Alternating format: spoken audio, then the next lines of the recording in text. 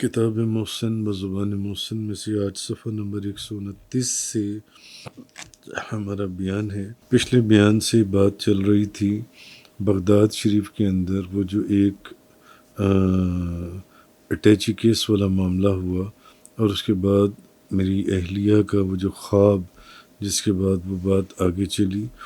تو یہ عرس کے اندر ہم جب بغداد شریف حضور غوث اعظم کے عرس مبارک پر دوسری مرتبہ غالباً بغداد شریف پہنچے تھے۔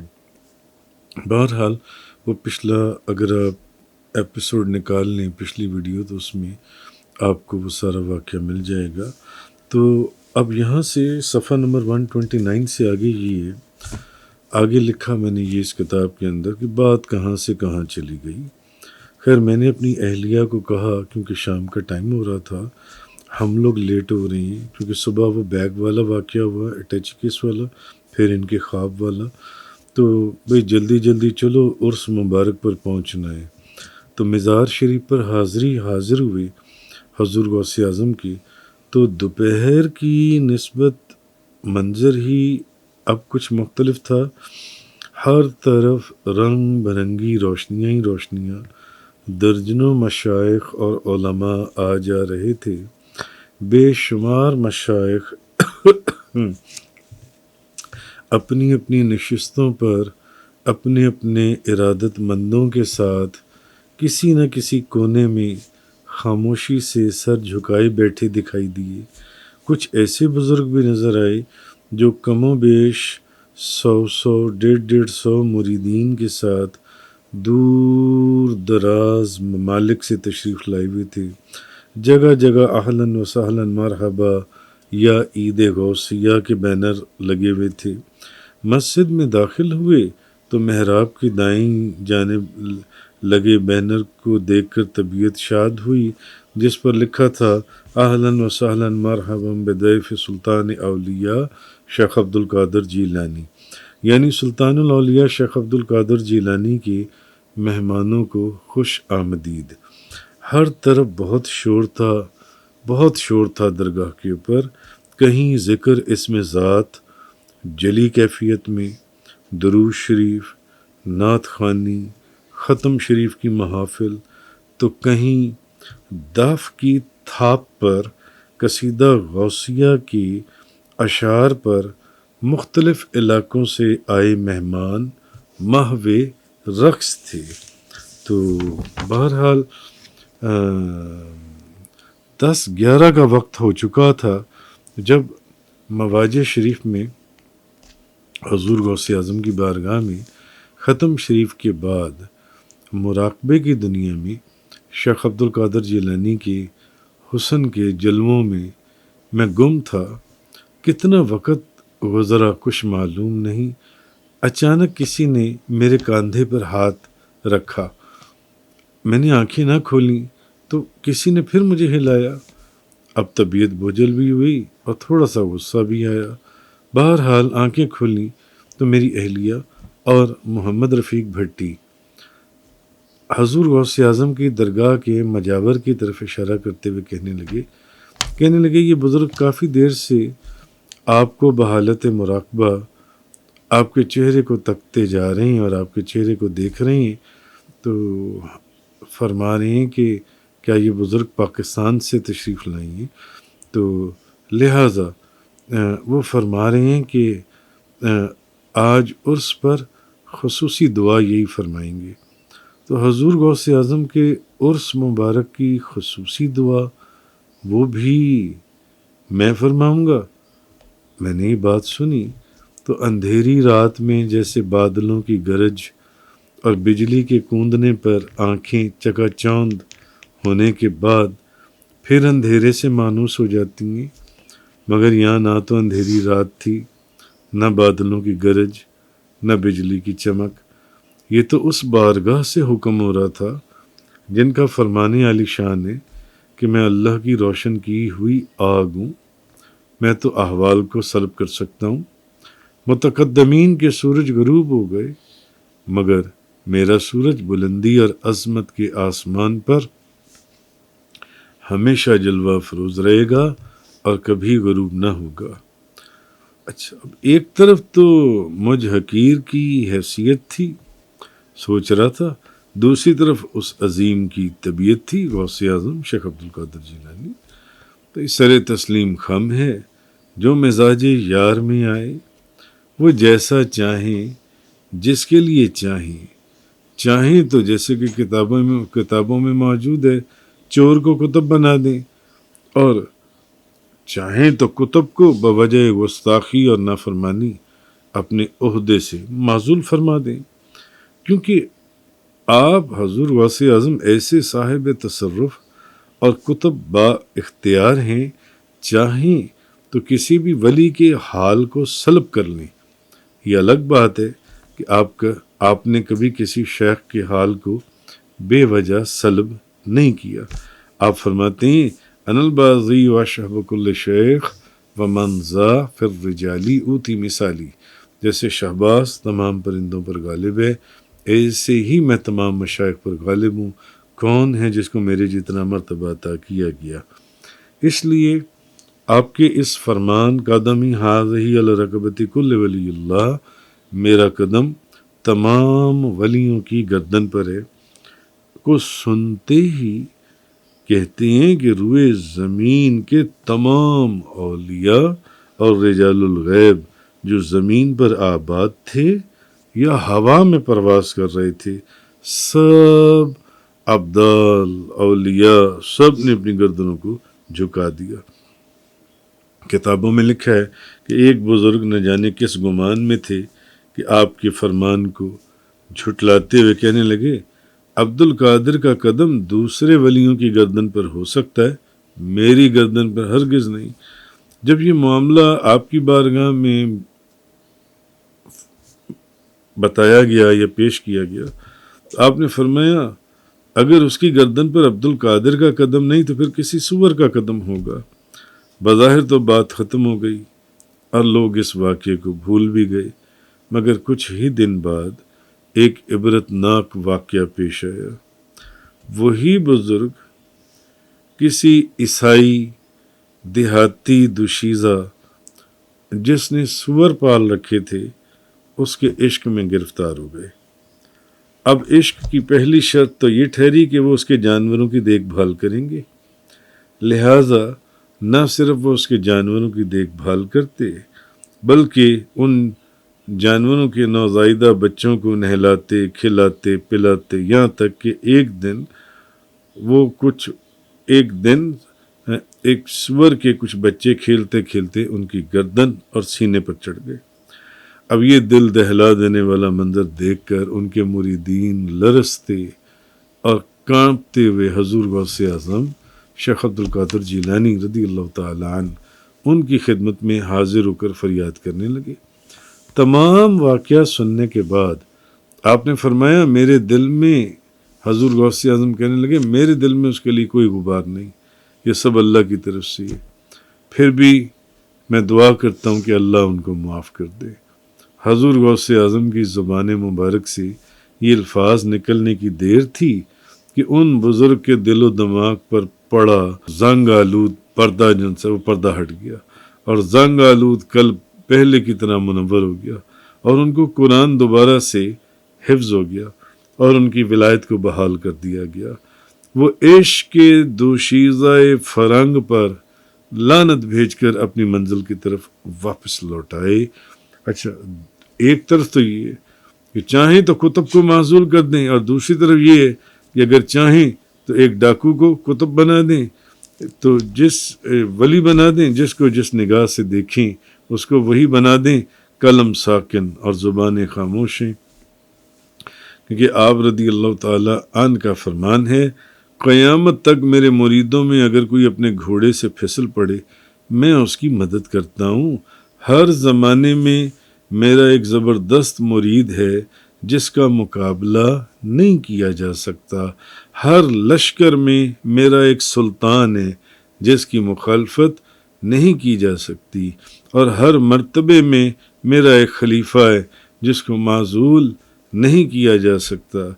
آپ کہتے ہیں ایک چور آپ کے دولت قدے پر چوری کی نیت سے آیا، آپ کے آستانہ مقدس پر قدم رکھتے ہی دونوں آنکھوں سے اندھا ہو گیا۔ اب وہ چور اندھا ہو گیا، جب کچھ ہاتھ نہ آیا خوف زدہ ہو کر مجبوراً ایک کونے میں دبک کر بیٹھ گیا۔ صبح جب آپ کی خدمت میں پیش کیا گیا تو آپ نے خضر علیہ السلام سے فرمایا، ہمارے گھر سے چور خالی ہاتھ جائے، اس میں ہمارے دروازے کی بدنامی ہے، کہیں قیامت کے دن اللہ کی بارگاہ میں یہ نہ کہہ دے کہ میں عبد القادر کے آستانے پر گیا اور خالی ہاتھ واپس لوٹ آیا۔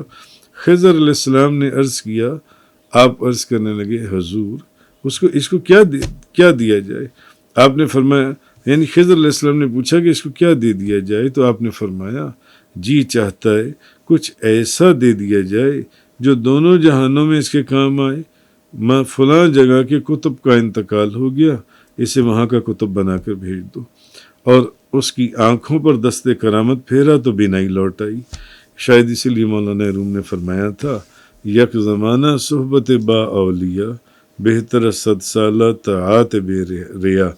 ایک لمحہ اولیاء کی صحبت میں بیٹھنا 100 سالہ بے ریا عبادت سے بہتر ہے۔ فیض حق اندر کمال اولیاء، نور حق اندر جمال اولیاء۔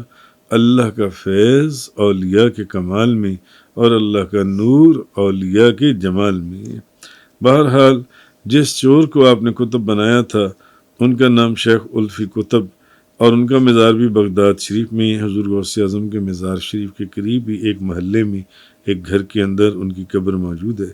تو راکم الحروف نے جب تیسری مرتبہ بغداد شریف حاضری دی حضور غوث اعظم کی بارگاہ میں، تو 15 فروری 2014 کو وہاں پر بھی فاتحہ پڑھنے کی سعادت حاصل کی، جس کو آپ نے کتب بنایا تھا۔ بہرحال یہ گزشتہ گفتگو کا مقصد یہ تھا کہ بھئی اللہ کے ولی کی مرضی میں اللہ ہی کی مرضی ہے، اور پھر حضور غوث اعظم تو اولیاء کے سلطان ہیں، چاہیں تو اس کتب کو معزول کر دیں اور چاہیں تو پھر ایک چور کو کتب بنا دیں۔ ان کو اللہ کی ایسی رضا اور وہ حاصل ہے، تو پھر شیخ عبد القادر جیلانی تو ولیوں کے ولی ٹھہرے۔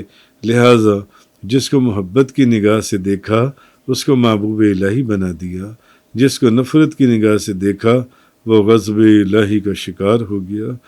حدیث اپنی جگہ موجود ہے۔ حضرت ابو ہریرہ فرماتے ہیں، رسول کریم صلی اللہ علیہ وسلم نے فرمایا، اللہ عز و جل فرماتا ہے، میرا بندہ فرض ادا کرنے کے بعد نفلی عبادات کے ذریعے میرے اتنا قریب آ جاتا ہے کہ میں اس سے محبت کرنے لگتا ہوں، اور جب میں اس سے محبت کرنے لگتا ہوں تو پھر میں اس کا کان بن جاتا ہوں جس سے وہ سنتا ہے، میں اس کی آنکھ بن جاتا ہوں جس سے وہ دیکھتا ہے، اس کا ہاتھ بن جاتا ہوں جس سے وہ پکڑتا ہے، اس کا پاؤں بن جاتا ہوں جس سے وہ چلتا ہے، اس کا دل بن جاتا ہوں جس سے وہ سوچتا ہے، اس کی زبان بن جاتا ہوں جس سے وہ بولتا ہے، لہٰذا وہ مجھ سے جو مانگتا ہے میں اس کو عطا فرماتا ہوں۔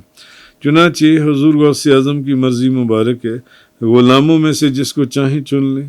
اگرچہ عقل حیران تھی، سوچنا تو درکنار، کبھی تصور بھی نہ کیا تھا کہ عرس غوث الورا رضی اللہ تعالی عنہ پر اختتامی خصوصی دعا کی سعادت بندہ ناچیز کے حصے میں آئے گی۔ حالانکہ بندہ تو ویسے بھی وہاں چھپ کر بیٹھتا تھا، چادر اوڑھ کر بیٹھتا تھا تاکہ کوئی دیکھے نہ، کوئی سمجھے نہ کون کہاں بیٹھا ہوا۔ حالانکہ تمام دنیا سے عرس پر تشریف لائے جید علماء اور اکابر مشائخ کی وہاں کچھ کمی نہیں تھی۔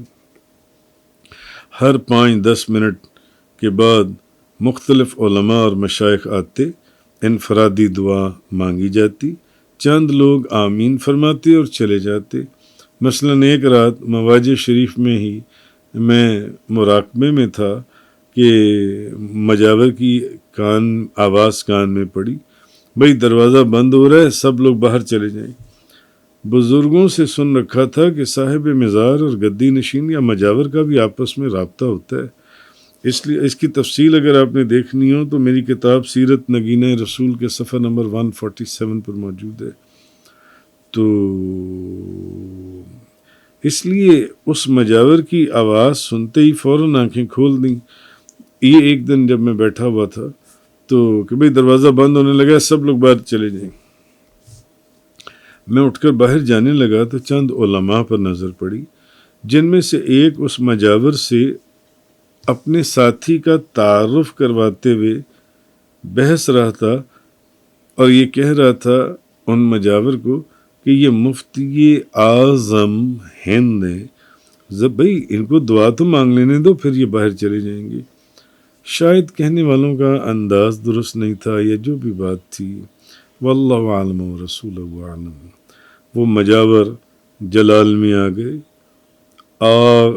غصے سے بلند آواز میں، اب حضور غوث اعظم کی جالی مبارک کی طرف اشارہ کر کے فرمانے لگے، اگر تمہارے ساتھ مفتی اعظم ہے تو پھر یہ کون ہے؟ یہ غوث اعظم ہے، فوراً یہاں سے باہر چلے جاؤ۔ دروازہ بند ہونے لگا۔ سوچتا تھا کہاں مفتی اعظم اور کہاں بندہ ناچیز، این سعادت بزور بازو نیست، دان بخشت خدائے بخشندہ۔ بہرحال حیران تھا کہ بھئی سوچتا تھا کہ کیونکہ کبھی تصور بھی نہیں کیا تھا کہ عرس غوث الورا پر اختتامی خصوصی دعا کی سعادت بندہ ناچیز کے حصے میں آئے گی، اور وہ بھی ان مجاور کا حکم تھا کہ بھئی انہی کو اٹھائیں اور انہی کو کہیں کہ یہ دعا کریں۔ تو جو نعمت مجھے عطا ہوئی، اصل میں بات وہی ہے، این سعادت بزور بازو نیست، نہ بخشند خدائے بخشندہ۔ جو نعمت مجھے عطا ہوئی وہ میرے زور بازو سے نہیں، تب تک عطا نہ ہوتی جب تک خدا نہ بخشتا۔ تو خیر ان مجاور کے کہنے پر پھر دعا مانگنی شروع کی، تو لوگوں کا ایک جمع غفیر اندر باہر کے تمام برآمدوں اور کمروں سے آمین کی صداؤں کے ساتھ شامل دعا ہو چکا تھا۔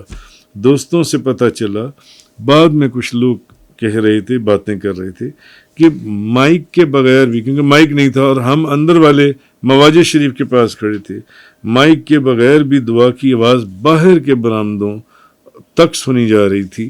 تو یقیناً میں سمجھتا ہوں کہ یہ جو مجھے بعد میں لوگوں سے پتہ چلا یہ باتیں، کہ یہ حضور غوث اعظم کی کرامت اور ان کی اسی نورانی مجلس کا عکس تھا جس جلسہ گاہ میں 70 ہزار لوگوں کا مجمع کثیر دور و نزدیک کے ہر گوشے سے آپ سرکار کی آواز کو یکساں سنا کرتا تھا۔ لہٰذا اب مجھے اپنی اہلیہ کے شام کو دیکھے ہوئے خواب کی تعبیر سمجھ آنا شروع ہو چکی تھی۔ اس کی تفصیل اگر آپ دیکھنا چاہتی ہیں یا تو میری کتاب محسن بزبان محسن منگوا لیں، اس میں پڑھ لیں، تو یا پھر جو پچھلا ایپیسوڈ ہے اس کے اندر میں نے اس کا ذکر کیا، وہاں پر دیکھ سکتے ہیں، سن سکتے ہیں۔ اچھا، بظاہر اس بیگ کے چکر میں ہمیں ہوٹل میں روک کر کس طریقے سے ہمیں لیٹ کیا گیا، اب اس کا مفہوم بھی روزے روشن کی طرح عیاں ہو چکا تھا، کیونکہ اگر ہم مزار غوث اعظم پر جلدی آ جاتے تو بغداد کے جو اس دور میں حالات تھی، حالات کی وجہ سے عین ممکن تھا کہ ہم واپس بھی جلدی چلے جاتے۔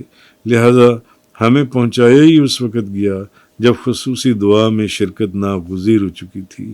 شاید اسی لیے اس سے 2 سال پہلے بغداد شریف سے واپسی پر آپ سرکار نے بندہ ناچیز کو یہ منظر دکھا دیا کہ وہ دن دور نہیں جب تم ہمارے آستانے پر پھر آؤ گے، یہ اس سے 2 سال پہلے، اور جیسے ہم چاہیں گے ویسے دعا مانگو گے، کیونکہ اس سے 2 سال پہلے 8 فروری 2011 کو خواب میں دیکھا تھا۔ ایک دن میں نے خواب دیکھا کہ آپ کے دور کی پرانی کچی مسجد صحن اور ممبر شریف جہاں آپ جمعہ شریف پڑھایا کرتے تھے، وہاں گھوم پھر رہا ہوں اور جھوم کر دعائیں مانگ رہا ہوں، اور عرس 2013 کا منظر بھی تو بے عین ہی یہی تھا کہ جب دوبارہ آؤں گا تو، یعنی جب تم ہمارے، اکثر میں آپ نے وہ منظر جو دکھایا تھا وہ اسی لیے دکھایا تھا کہ جب دوبارہ آستانے پر آؤ گے تو جیسے ہم چاہیں گے ویسے دعا مانگو گے۔ تو اور یہ عرس 2013 کا منظر بھی بے عین ہی ویسا ہی تھا کہ قدم قدم پر گھوم پھر کر کم و بیش ہر جگہ اور مقام پر اللہ کی بارگاہ میں دعا مانگی جا رہی تھی۔ میں دعائیں مانگتا تھا اور رہی صحیح کسر مجاور کے کہنے پر خصوصی اختتامی دعا نے پوری کر دی۔ جزاک